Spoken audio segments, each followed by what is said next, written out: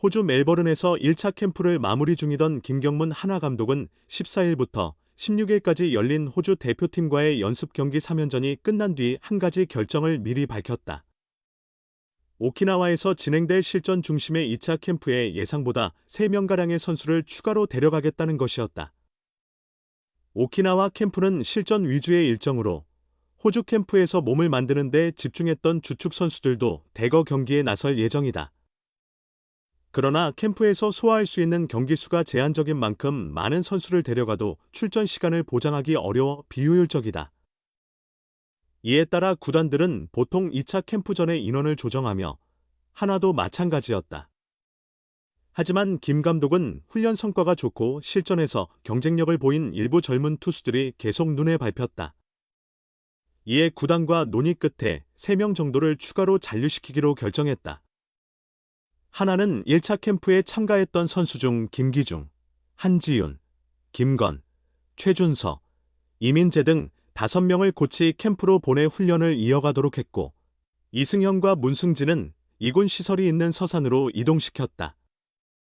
이러한 결정으로 인해 일본 고치에서 진행 중인 이군 캠프 참가 선수들이 의도치 않은 영향을 받게 됐다. 성과가 좋고 컨디션이 좋은 한두 명의 선수들이 1군 오키나와 캠프에 합류할 가능성이 있었으나 1군 캠프에서 3명의 선수를 추가로 남기면서 기회가 사라진 것이다. 결국 현재로서는 고치에서 오키나와로 합류하는 선수가 없으며 1군 승격 후보 중 하나로 평가됐던 황준서 역시 고치에 남게 됐다. 황준서는 2024년 팀의 1라운드, 그리고 리그 전체 1순위로 지명된 좌완으로 향후 팀의 마운드를 책임질 제목이다. 데뷔 시즌이었던 지난해 선발과 불펜을 오가며 36경기 72이닝을 소화했다. 2승 8패 1홀드 평균 자책점 5.38이라는 성적이 기대에 미치지 못할 수도 있지만 신인으로서는 결코 나쁜 출발이 아니었다. 김경문 감독 또한 황준서의 잠재력을 높게 평가하고 있다. 그럼에도 이번 1차 캠프에는 데려가지 않고 2군 캠프로 보냈다. 장기적인 관점에서 황준서를 더욱 성장시킬 필요가 있다는 판단이었다. 엄상백의 영입으로 인해 선발 자리는 이미 5명이 채워졌다.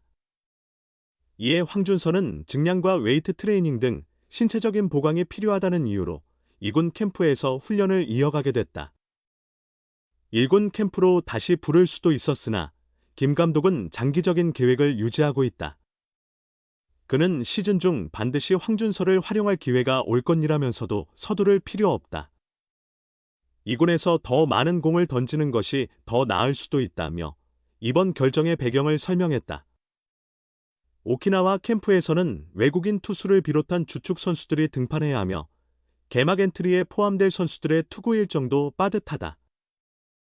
따라서 황준서가 들어갈 자리가 많지 않다. 반면 2군 캠프에서는 선발이든 불펜이든 원하는 만큼 충분한 투구가 가능하다. 현재 성적이 중요한 시기가 아닌 만큼 2군에서 많은 공을 던지며 준비하길 바라는 마음이다. 이 과정을 잘 소화한다면 1, 2군 캠프가 모두 귀국한 이후 1군의 부름을 받을 가능성도 있다. 그는 외면받은 것이 아니라 오히려 철저한 관리 속에 있다. 황준서가 2군에 머무르는 가운데 멜버른 캠프에서 두각을 나타낸 신인 3명이 오키나와로 향한다. 1라운드 지명자인 정우주는 멜버른 캠프에서 최고 150km대 중반의 강력한 패스트볼을 던지며 기대감을 높였다. 비록 호주 대표팀과의 연습 경기 성적은 만족스럽지 않았으나 과정 자체가 나쁘지 않았기에 오키나와에서도 계속 실험을 이어갈 전망이다. 2라운드 지명자로서 15일 호주 대표팀과 경기에서 2.2이닝 동안 5탈 3진을 기록하며 퍼펙트 피칭을 펼친 좌완 권민규 또한 오키나와 캠프에 합류한다.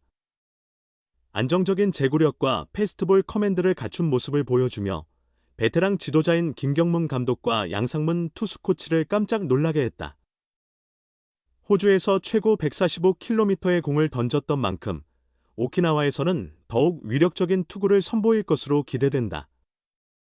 고교 졸업반과 대학 졸업반 시절 모두 지명받지 못해 낙담했으나 한화의 육성 선수 제안을 받아 입단한 후 놀라운 성장세를 보인 사이드암 박부성도 오키나와 캠프 명단에 포함됐다. 육성 선수 신분으로 인해 4월까지는 1군 엔트리에 등록될 수 없지만 오키나와에서도 계속 가능성을 시험받을 예정이다. 한편 19일을 끝으로 호주 멜버른 캠프를 마친 하나는 20일 귀국해 인천공항에서 곧바로 오키나와행 비행기에 몸을 실었다. 21일부터 훈련을 시작하며 이어 실전 중심의 일정을 소화할 계획이다.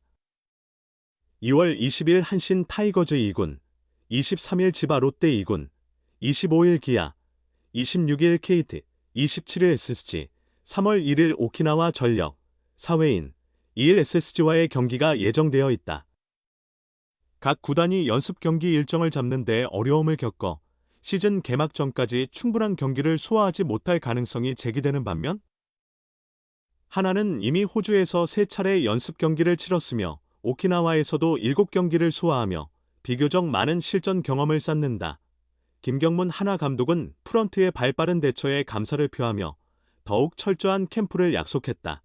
새로운 구종을 익혀라. 달 감독이 황준서에게 투피치 극복 시간이 필요하다. 하나를 더 장착해야 한다.